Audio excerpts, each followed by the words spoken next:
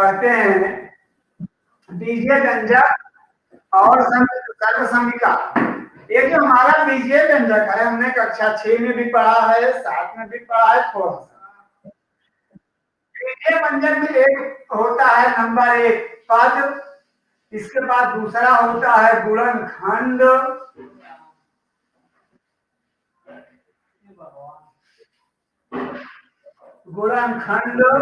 और तीसरा होता है गुणांक। अब पद क्या होता है?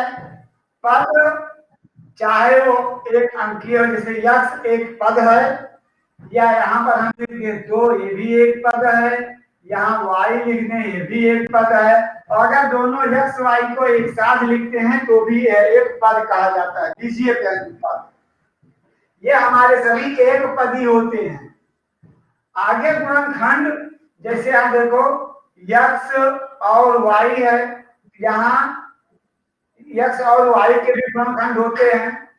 और एक होता है गुणांक, जैसे अब यहाँ कहेंगे x का गुणनखंड y है और y का गुणनखंड x। इस क्रम से हम पढ़ते हैं। अगला पद होता है गुणांक, जैसे x और y, x y के लिए अगर हम पढ़ेंगे तो हम कहेंगे इसका गुणांक है x y का गुणांक 1। और अगर कोई अलग अलग पूछता है x का गुणांक तो कह देंगे x का गुणांक y और y का गुणांक x। लेकिन x और y का गुणांक 1 होता है। हमने कक्षा 6-7 में पढ़ा था बीजीय व्यंजकों में एक पद और दो पद। जो हमारे पद होते हैं, पद विभाजन मतलब पदों की पहचान हमारी कैसे होती है, हमने देखा होगा प्रश्नों को लिखे हुए। जो पदों का अंतर हमें दिखता है वह गणित में धन या ऋण के चिन्ह से होता है। गुणा भाग का चिन्ह है, उससे पद हमारा अलग नहीं होगा। जैसे भी यहाँ लिख दिया गया x प्लस वाई या x माइनस वाई, तो हम यहाँ कहेंगे दो पद हैं। कितने पद हैं? दो पद। हाँ, लेकिन अगर इसे भी यहाँ लिखा गया था ये x और y, तो ये x y दो लिखा गया, लेकिन इसमें एक ही पद है। यहाँ का जो गुणा है यह पद को अलग नहीं करता है, यह पद को अलग नहीं करता है। ठीक है, इसी क्रम से हम आगे पढ़ लेते हैं।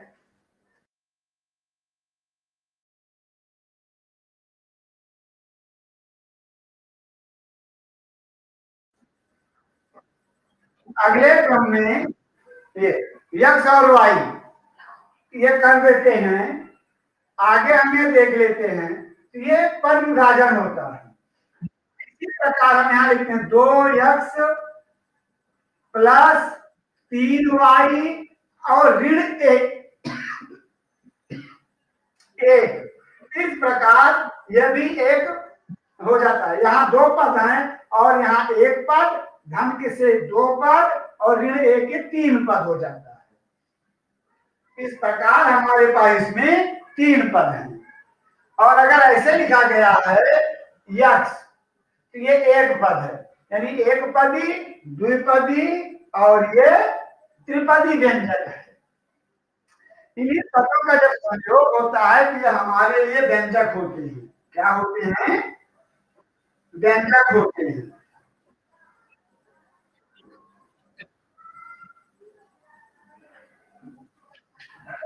तो हमारे लिए व्यंजक होते हैं बेटा, इतना समझ में आया? ये हमारा एक्स वाई द्विपदीय है, एक्स ऋण वाई ये भी द्विपदीय है। यहाँ 2x प्लस 3y माइनस 1 ये त्रिपदीय व्यंजक होते हैं। इतना बड़ा समझ में आ गया कि नहीं? ये हमारे पद हैं, प्रथम पद द्वितीय पद, प्रथम पद द्वितीय पद, और यहाँ भी प्रथम पद द्वितीय पद और तृतीय पद, ये हमारे पदमान होते हैं। इतना हमें यहाँ पर देखना है। कक्षा 6, 7, 8 में हम लोगों ने पढ़ा था ये हमारी संख्याएं एक पदी हैं या द्विपदी हैं या त्रिपदी हैं। अगर हम लिख देते हैं x या y या z ये हमारे सभी एक पदी व्यंजक हैं, इसलिए हमारा दोनों द्विपदी है। अगर कोई लिखता है यक्ष ऋण दो, ये भी द्विपदी व्यंजक है। इसको सच में पढ़े थे नहीं पढ़े थे? हाँ, ये द्विपदी व्यंजक है। अगर वो लिखता है यक्ष प्लस 3, ये भी द्विपदी व्यंजक है। लेकिन अगर इस क्रम में लिखा जाता है तो वो त्रिपदी व्यंजक होता है। और इसी प्रकार चाहे वो एक पदी हो, चाहे द्विपदी हो, त्रिपदी हो, इन सबको मिलाकर हम बीजीय व्यंजक पढ़ते हैं। क्या पढ़ते हैं? बीजीय व्यंजक। इन बीजीय व्यंजकों में बेटा प्लस भी होता है। नंबर लिख दो, मैं कर दूँ।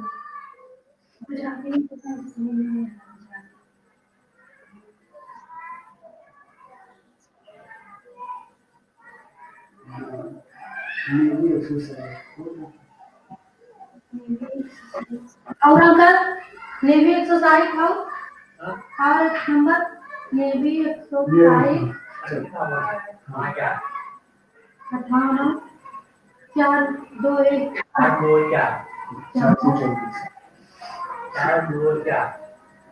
421 424 हाँ किधर है? कौन सा है? नहीं थोड़ा थोड़ा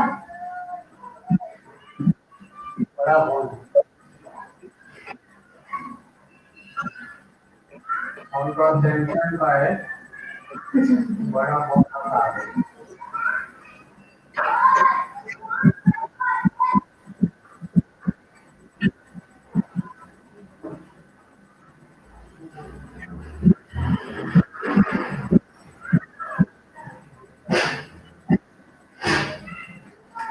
ये बेटे हमारे बीजीय व्यंजक होते हैं, इन्हीं को हमें पढ़ना है। हम चाहते हैं तो इन्हें हम अपने पदों को लिख लेते हैं। जैसे अगर यहाँ पर ये लिख दिया गया यक्स वाई प्लस 3, अब ये बता ये एक पदी है कि द्विपदी है कि त्रिपदी है?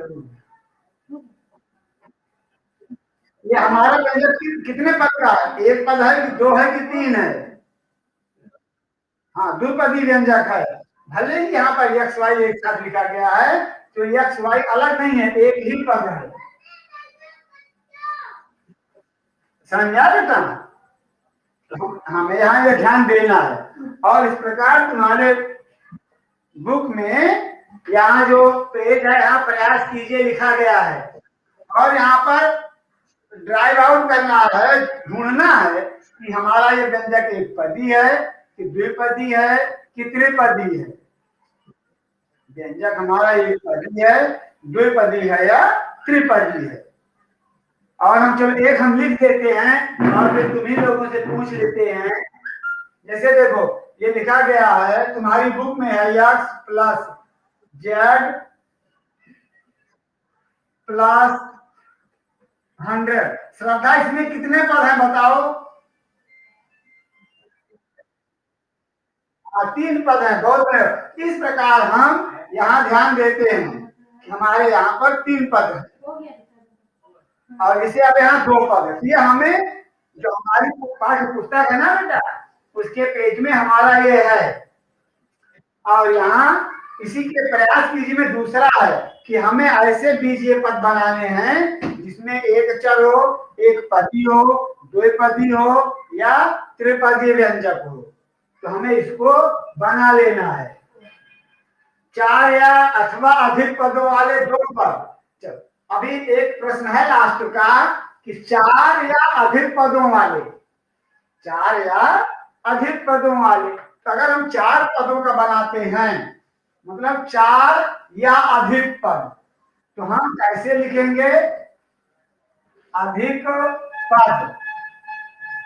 अब यहां पर हम लिखते हैं x power 2 plus y plus x y minus चाहे लिख दो या प्लस लिख दो, तुम लोग फ्री हो।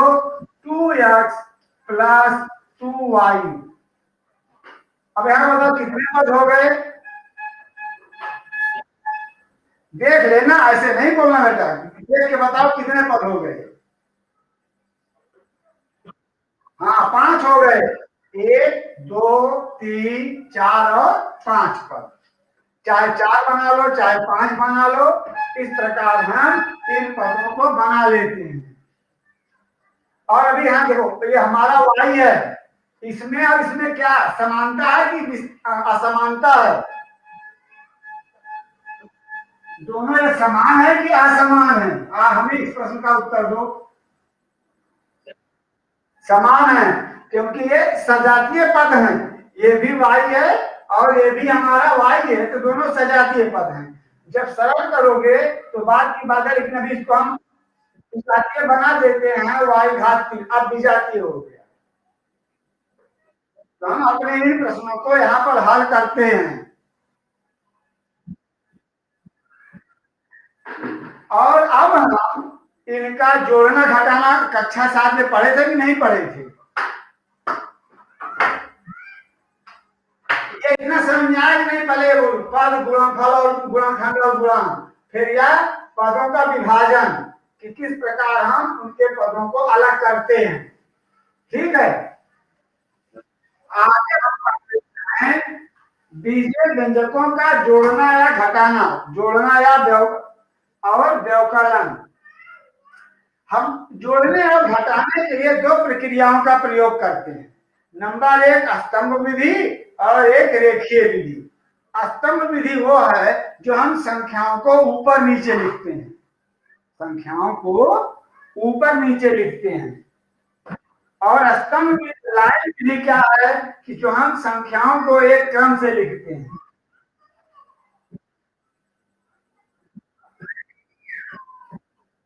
और तुम्हारे पास, सबके पास बुक है कि नहीं है? किसके पास नहीं है? बुक तो दी गई है।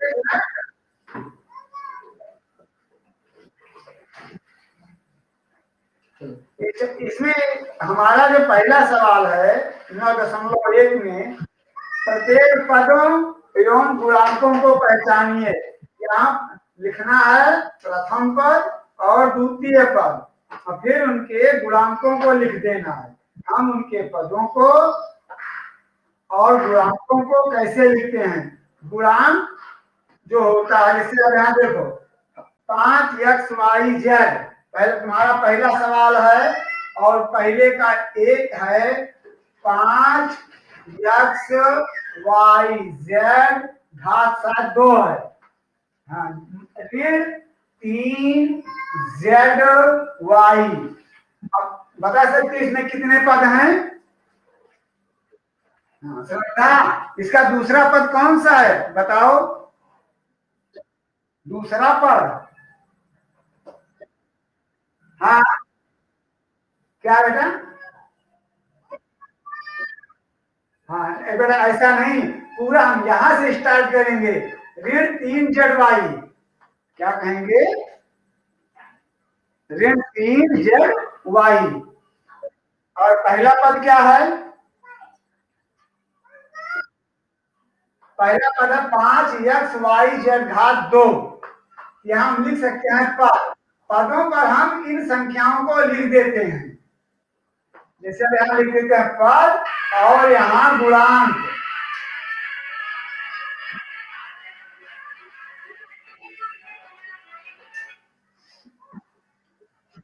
अब यहाँ हमारा पद है 5xyz घात 2।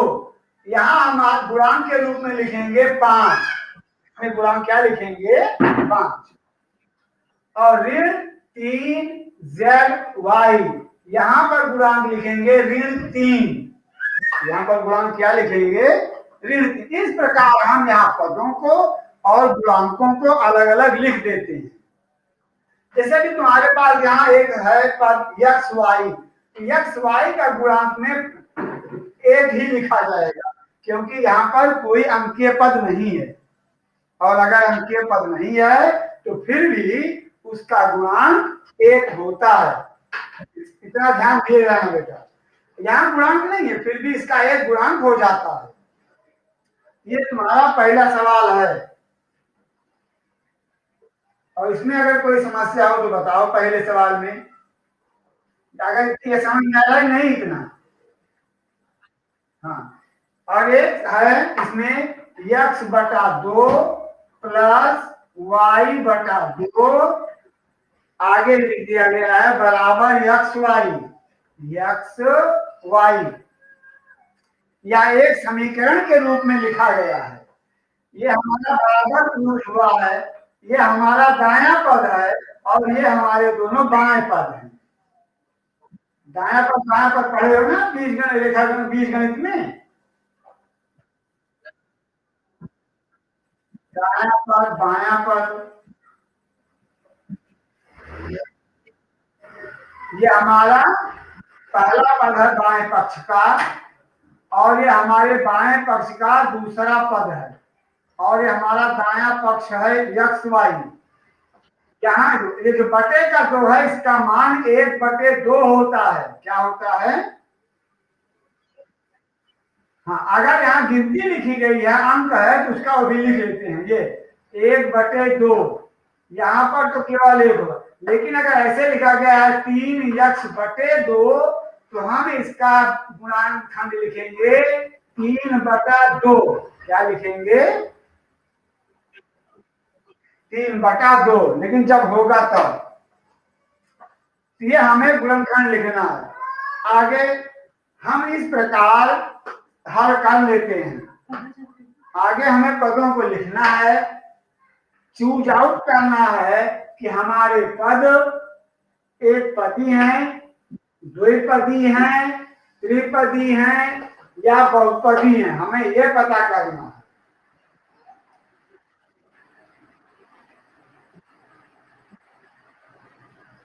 हमारा एक सवाल है x+y, उसके बाद है 1000, सब में कॉमा लगा हुआ है, सब में कॉमा लगा हुआ है। अगला AB plus BC plus CD plus DA और एक पद और है 4 लिख देते हैं, P/2Q प्लस या माइनस P/2। अब तुम अपना ध्यान, यहाँ पर ABCD नहीं है बेटी, डायरेक्ट कैसे लिखा गया है। अब यहाँ देखो श्रद्धा, इसमें कितने पद हैं? एक पदी है कि द्विपदी है कि त्रिपदी है? एक मारा गया है।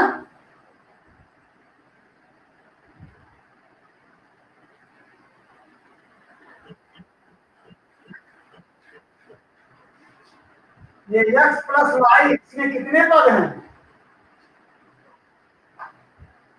थोड़ा आराम से बोलो। प्रीति, कितना पद है इसमें? हाँ, डर के मत बोलो। यहाँ 2 पद हैं, कितने पद हैं? 2। और इसमें कितना पद है रवि? हाँ, क्या बेटा? आवाज तो आ रही है बेटा।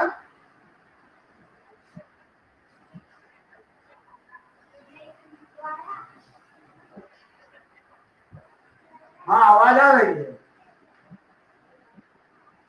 अगले क्रम में नया देखते हैं। जैसे देखो इसमें एक पद है, यहाँ लिख देंगे 2 पद है तो द्विपद,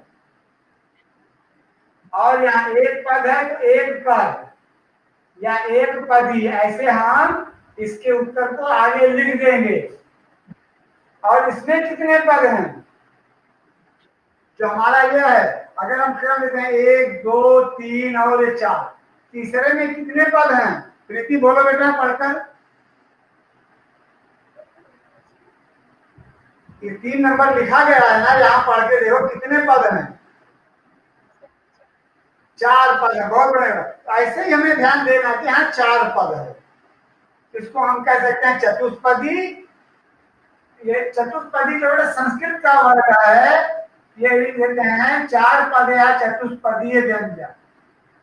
आगे हम यहाँ व्यंजक शब्द लिख देते हैं, ठीक है। और यहाँ देखो श्रद्धा, चौथे नंबर में कितने व्यंजक हैं, कितने पद हैं? 2 पद हैं। तो हमें इतना ही ध्यान देना। तो तुम्हारा जो दूसरा प्रश्न है केवल इतना ही काम करना है। दूसरे प्रश्न में ऐसे प्रश्न लिख कर उनके आगे लिख देना है, एक पदी द्विपदी या जो जितने पद हैं उनकी संख्याओं को हमें लिख देना। और इतना समझ आ रहा कि नहीं? अगर इसको आ गया तो आगे हम जोड़ना या घटाना सीखे। वैसे हम लोगों ने कक्षा 6 में भी जोड़ना सीखा है, कक्षा 7 में भी सीखा है। अब हम 8 में भी वही काम करते हैं, लेकिन थोड़ा दूसरे रूप में। जैसे हमारा पहला सवाल है ए बी, तीसरे का A B minus B C, फिर लिखा है बी सी माइनस सी ए, फिर लिखा है कॉमा लगाकर सी ए माइनस ए बी, और इसमें तीसरे प्रश्न में सबसे ऊपर लिख दिया है जोड़िए। क्या करिए? जोड़िए। तो हम ऐसे लिख लेते हैं जोड़ने के लिए A B minus B C, और फिर लिखते हैं प्लस, फिर यहाँ लिखते हैं B C minus C A plus, और इसको लिखते हैं C A minus A B plus. यहाँ प्लस नहीं, इतना समझ आ गया? अब हम अपने ब्रैकेट को ओपन कर दिया, यहाँ धन है तो कोई चिन्ह यहाँ बदलेगा नहीं। A B minus B C, यहाँ भी धन है तो चिन्ह नहीं बदलेंगे, धन बी सी माइनस सी ए, फिर यहाँ भी धन सी ए माइनस ए बी। इतना हमने लिख लिया। अच्छा, जोड़ने घटने हमने क्या पढ़ा है? हम लोगों ने सभी में सजातीय और विजातीय पद पढ़े थे कि नहीं पढ़े थे? सजातीय और विजातीय पद। सजातीय का मतलब होता है एक समान पद जिसमें आधार और घातांक समान हो, जिसमें आधार और घातांक समान हो तो वह सजातीय पद होता है। जैसे हमारी पहली संख्या है ए बी, क्या है ये?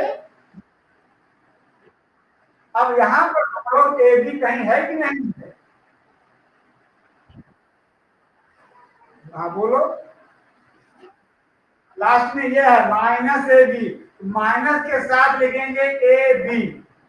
ये हमने लिख लिया और ये लिख लिया। अब यह लिखते हैं minus B C, minus B C के साथ यहाँ है B C A B plus B C, आगे है माइनस सी ए और फिर प्लस है सी ए। अच्छा बेटा, अब ये एक प्लस ए बी और माइनस ए बी को जोड़कर बताओ कितना होगा? श्रद्धा, प्लस ए बी और माइनस ए बी को जोड़ने में कितना होगा? बेटा 0, क्योंकि +1 और -1 ये दोनों विपरीत पूर्णांक होते हैं और ये घट जाते हैं, तो यहाँ हम ऐसे क्रॉस कर सकते हैं। Minus B C plus B C, इसका भी मान हो जाएगा क्रॉस यानी 0, और माइनस सी ए प्लस सी, यहाँ भी माइनस क्रॉस हो जाएगा और हमारे इस प्रश्न का जवाब आएगा 0। इस प्रश्न का जवाब क्या होगा? 0। इस क्रम से हम जोड़ते हैं। यहाँ हम ये ध्यान देते हैं कि हमारे जो पद हों सजातीय हों, और उन सजातीय पदों को हम एक निश्चित क्रम में ऐसे पहले लिख लें, सजातीय को सजातीय के साथ लिख लें और फिर हम उनकी गणना कर देते हैं। ये हमारे तथ्य हैं। समझ आया बेटा?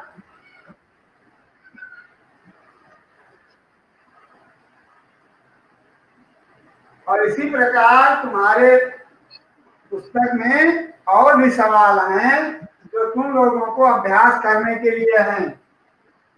इसको हम यहाँ से निवेश कर देते हैं। इतना समझ आया कि नहीं आया? बोलो। दिव्येश हेलो, हेलो दिव्येश, वो बोलेगा ही नहीं बेटा।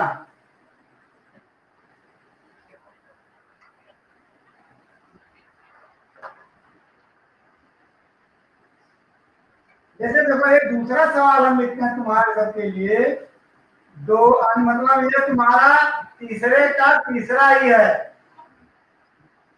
दो पी घात दो क्यू घात दो minus three P Q plus चार। ठीक है, तो यहाँ कॉमा लगा है। अगला है 5 plus 7 P Q minus 3 P घात दो और क्यू घात दो। अब बेटा हम यहाँ धन लगाएंगे, क्या लगाएंगे? धन।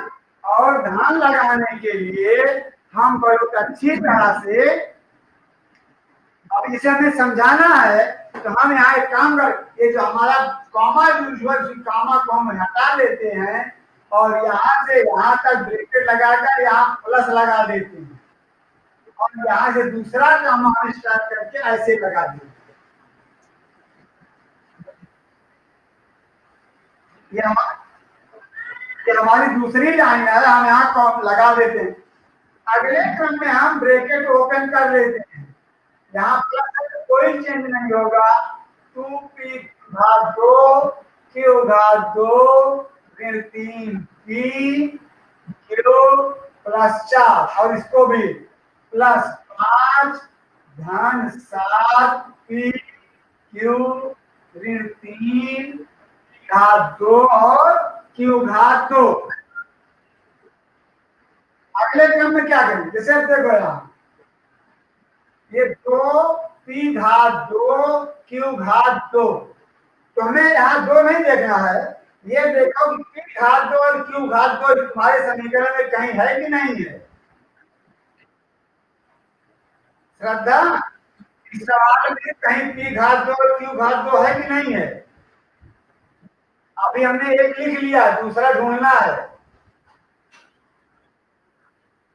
हाँ देखो प्रीति,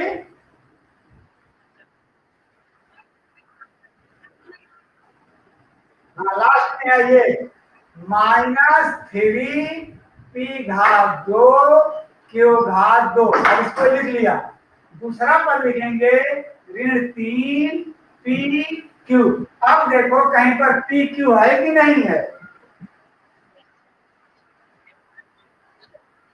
हाँ क्या? धन 7p क्यू, ये भी लिख लिया, ये भी लिख लिया। अब हमारे पास बचा धन 4 और धन 5। ये हमारे सजातीय पद हैं। यहाँ यहाँ पर धन पढ़ेंगे, यहाँ ऋण पढ़ेंगे, तो धन और ऋण घट जाता है। क्या हो जाता है? विपरीत पूर्णांक जो होते हैं निरपेक्ष मान से घट जाते हैं। ये ऋण होगा, हम यहाँ पर लगाएंगे और 3 में से 2 गया 1, बीच में हम 1 नहीं लिखते हैं, ऋण लिखेंगे p घात 2 q घात 2। यहाँ सरल करके लिखेंगे।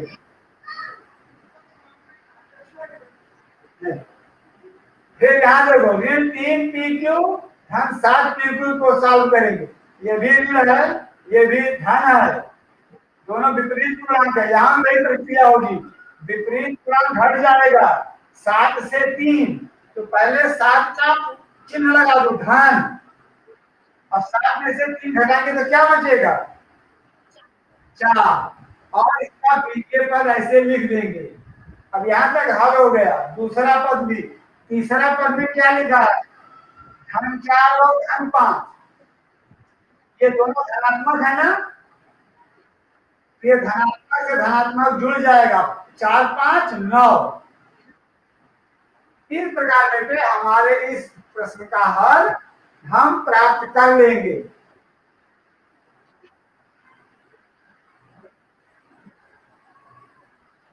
हम अपने इस प्रश्न का हल प्राप्त कर लेंगे। अब बोल, यहां पर तुम्हारे लिए कोई प्रॉब्लम हो तो बताओ।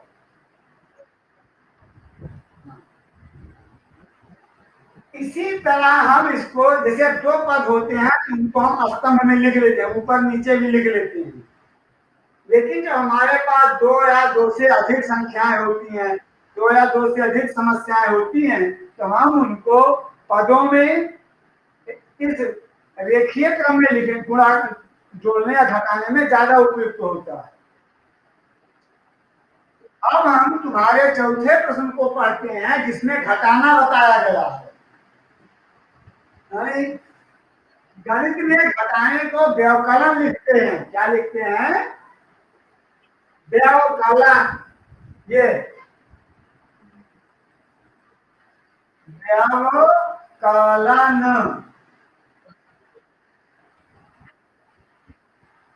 व्यवकलन यानी घटाना। गणित की भाषा ये है बेटा, व्यवकलन या घटाना। हम लोगों ने अपने अंकों को घटाया होगा। रवि, 5 में से 7 घटाओ, कितना आएगा? 5 से 7 घटेगा 2 आएगा।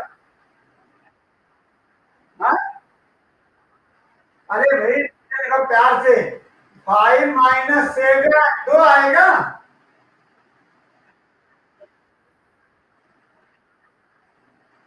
अरे अठवीं में पढ़ रहा है इसको ध्यान, ये -2 आएगा। क्या आएगा?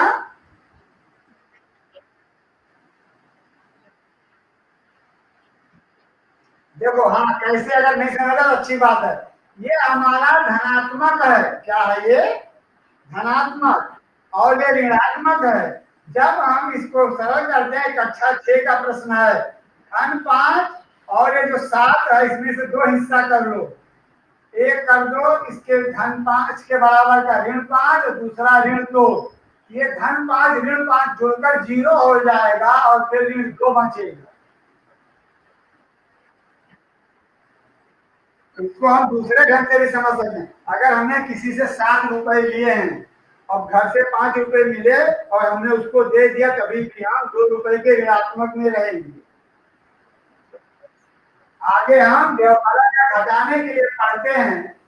तुम बुक है तो ठीक है, नहीं तो जो तुम वहां दिया गया उसमें ध्यान दे लेना।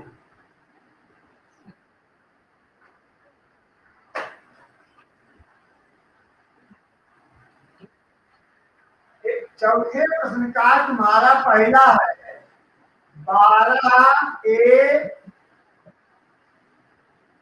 - 9AB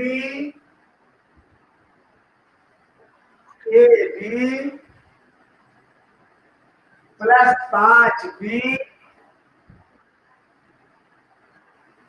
-3 में से, फिर क्या लिख रहा है? 4A - 7AB, 4A - 7AB।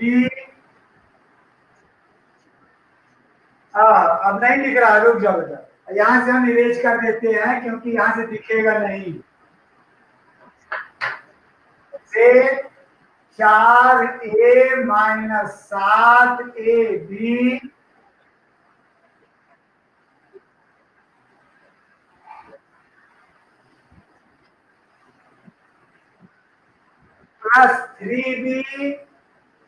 Plus 3B, फिर आगे क्या लिखा है? प्लस या माइनस?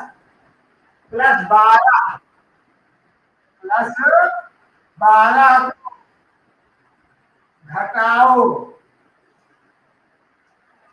मतलब इस संख्या में से हमें इसे घटाना है। तो अगर हम इसको रेखीय में लिखते हैं तो रेखीय में लिखो 12A - 9AB प्लस 5B -3, फिर यहाँ minus 4A - 7AB plus 3B plus 12। ये इस क्रम में लिखा जाएगा। और देखो, हमने पहले पढ़ा है कि जब हमारे ब्रैकेट से बाहर धनात्मक होता है तो चिन्हों में परिवर्तन नहीं होता, एक प्रकार से प्रतिक्रिया करते हैं, धन का ऋण, धन व धन का धन। तो ये धन और धन का धन 12A 9AB plus 5B minus 3।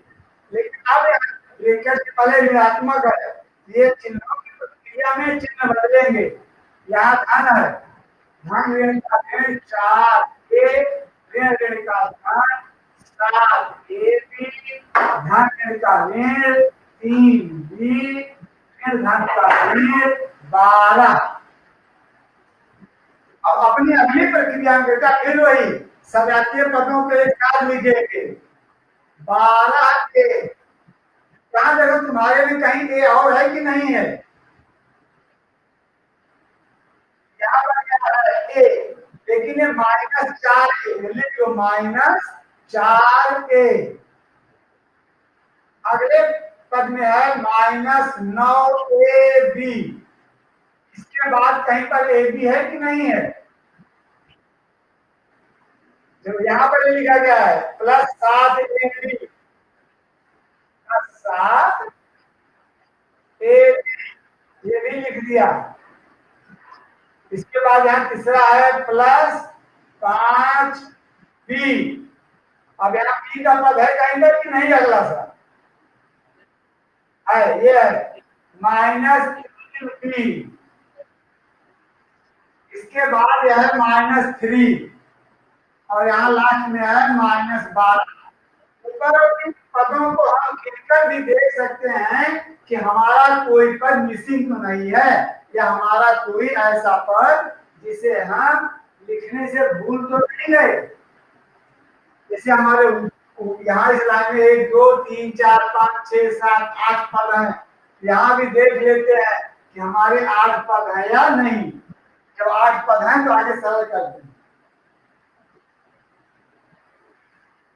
12 क्या है? श्रद्धा 12 धनात्मक है ऋणात्मक? ये 12 धनात्मक है कि ऋणात्मक है? धनात्मक। और 4 ऋणात्मक। धनात्मक का मतलब धन चिन्ह है, यहाँ पर है प्लस, प्लस तो आया है। अब अगर अंग्रेजी पढ़ाने लगेंगे तुम लोग कहोगे सर बंद कर दो, ये +5 है, ये -4 है, ये हमारे प्लस माइनस घट जाएंगे। 12 से 4 घटेगा तो 12 से 4 कितना आएगा घटने पर? 8A। अब आगे यहाँ देखो, ये हमारा -9 है और ये कितना +7। इसको सरल करोगे तो क्या मिलेगा? हाँ -2 और यहाँ लिख देंगे AB। क्या लिख देंगे? AB। अगले अब यहाँ तक हम सॉल्व हो कर दिए। आगे है +5B -3B। अब ये कैसे होगा? ये भी ये प्लस है और एक माइनस है, विपरीत है, घट जाएगा। तो 5 का चिन्ह धनात्मक है, धन लगे देखो 5 से 3 2B। और ये दोनों तो ऋणात्मक है ना बेटा? इनको क्या लिखेंगे?